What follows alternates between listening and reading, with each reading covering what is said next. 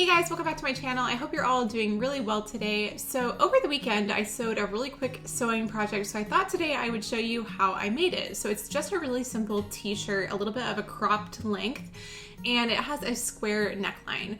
I saw a shirt on Guest Style that I was kind of inspired by. It was a floral rib knit t-shirt. Now that one was a bit more fitted than the one I ended up making, but let me show it to you guys.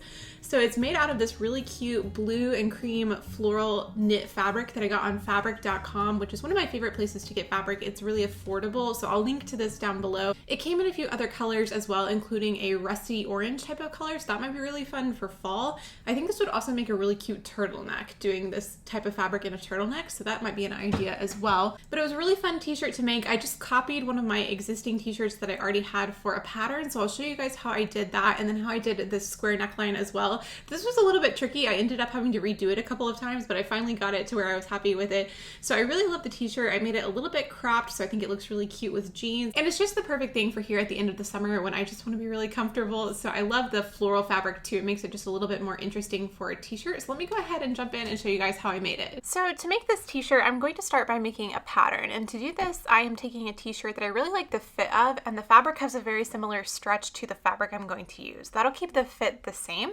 So I'm just going to turn it inside out, and then I'm going to pull the sleeve towards the inside of the shirt so I can really see that armhole curve. And I'm making sure that all of the seams of the original shirt are facing out so that I have room for a seam allowance.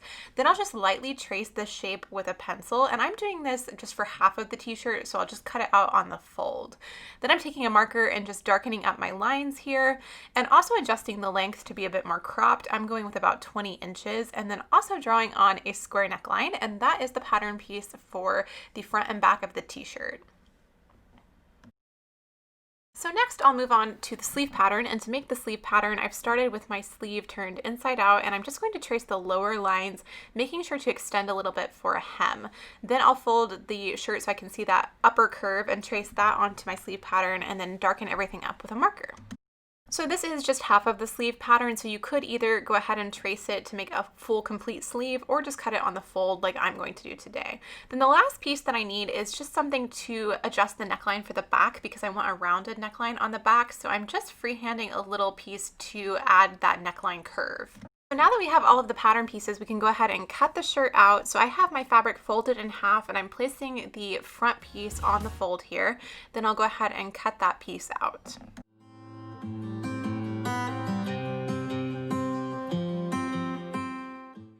Since this fabric is so wide, I was actually able to go ahead and refold the fabric here to cut my sleeves out and cut both of them out at the same time, which is really nice.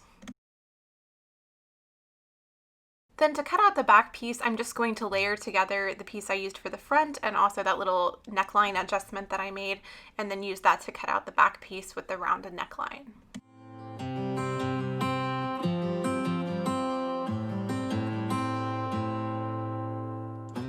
And then I need one more piece that I didn't make a pattern for. This is the neckband piece. So I'm just cutting out a long strip of fabric that is about 1.5 inches to 2 inches wide. And then I'm going to make sure that I have enough here to go around my entire neckline with a seam allowance, and that will be the length for this piece.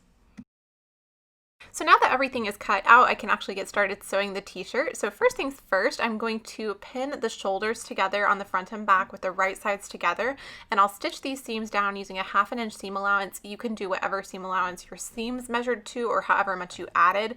And I did start by just using my sewing machine, and then remember that I could sew this whole thing on my serger.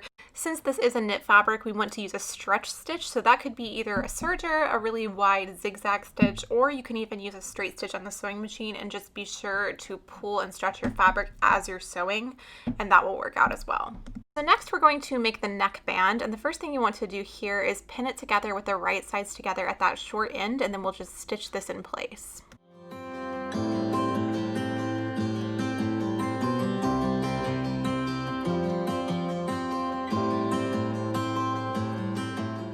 So now I have this nice loop of fabric for my neckband, and I'm just going to give it a quick press and then fold it in half with the wrong sides together and press this flat as well. So now I can add my neckband to the neckline, and the first thing I'm doing here is marking the center back on the shirt, and then I'll align that seam from the neckband with the center back, and then just pin this all the way around, adjusting as I need to, and I'm going to stitch all the way around this with a 1/2 inch seam allowance.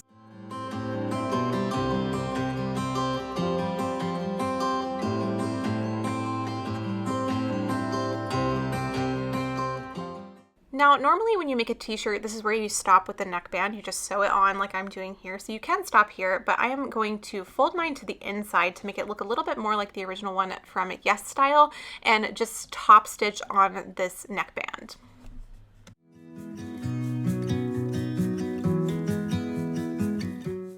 Now, full disclosure here, guys, I had to attach my neckband 3 times before I was completely happy with how it looked, so it might look a little different as I go throughout these next few clips.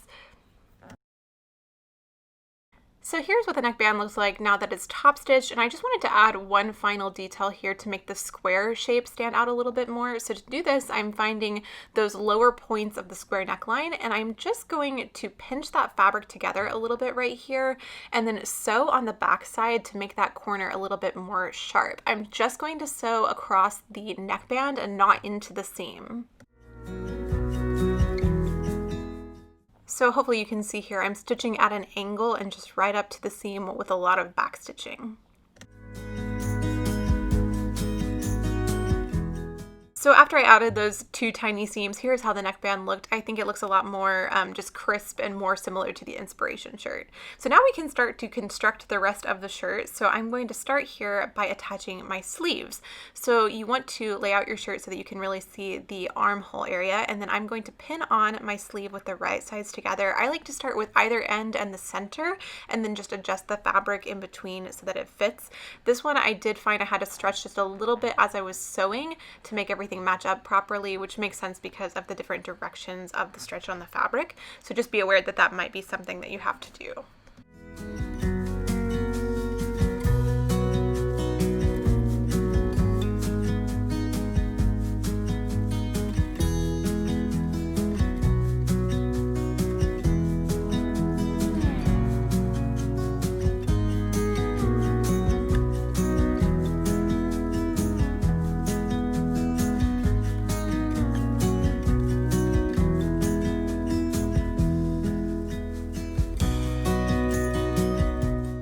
With the sleeves attached, the next step is to sew up the side seams. So I like to find the underarm seam and match those together, and then match everything up from the top of the sleeve all the way to the bottom of the shirt. And then I'm just going to stitch all the way across this entire length using a 1/2 inch seam allowance.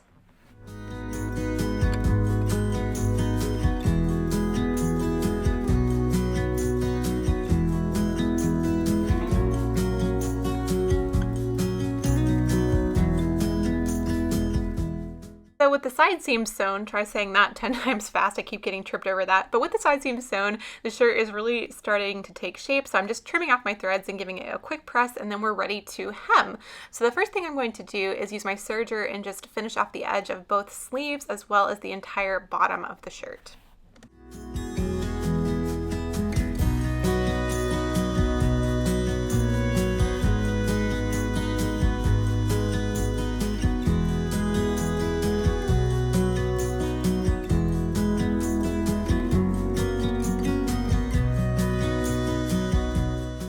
Then I'll just fold up my hem. I'm doing about 1/4 inch here on the sleeves and then 1/2 inch for the bottom, and then I will stretch and top stitch this to finish off the shirt.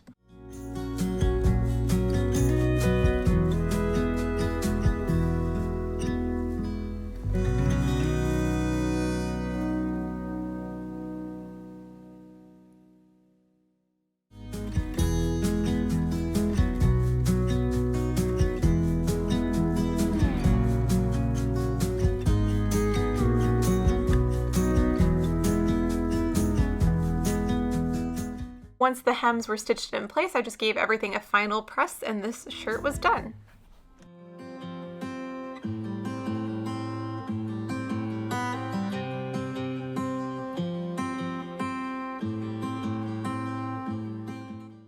So here's how the final shirt turned out. I'm so happy with it. I love the fabric, and I think it's so fun to have something like a floral print on a more basic piece like a t-shirt. It's very different for anything that I have in my wardrobe, so I'm really happy to add this to my wardrobe. And I love the blue dainty floral on this fabric, and the fabric is also really, really comfortable to wear, so that is a plus. Now, it was so nice outside while I was filming these clips that I just decided to kind of hang out outside for a while and do a little bit of reading with a little aesthetic picnic. So that is what I did while I was filming this. But yeah, I love how the shirt turned out. It was a great quick project. Love